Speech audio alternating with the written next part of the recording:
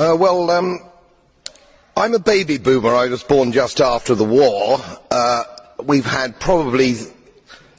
probably had the longest period of peace and prosperity globally, I would say, from that time. I've put a little bit of modest money away so I can hand something down to my family when I pass on, largely because I've never spent more money than I've earned, and I've been prudent, and I've worked moderately hard. Now, it always seems to me as a complete surprise to politicians how countries get in debt. Let me explain, because I don't think you really understand it. It's because politicians consistently spend more money than they raise in taxation, more money than they can possibly raise in taxation, most of which, in point of fact, they actually waste.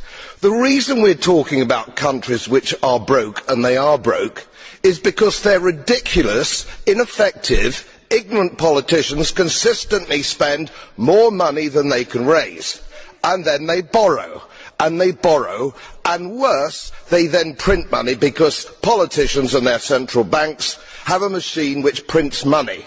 You do that as a private citizen, and it's a criminal offence. You would go to prison for doing that, and politicians and their central banks do it all the time. Let me explain to you that these countries are broke, and they're broke because of their own stupid leadership and politicians, and it's immoral to ask ordinary taxpayers of any country to pick up the tab for failed politicians and failed banks. They are defaulted, they're broke. For God's sake, let's all of us admit it.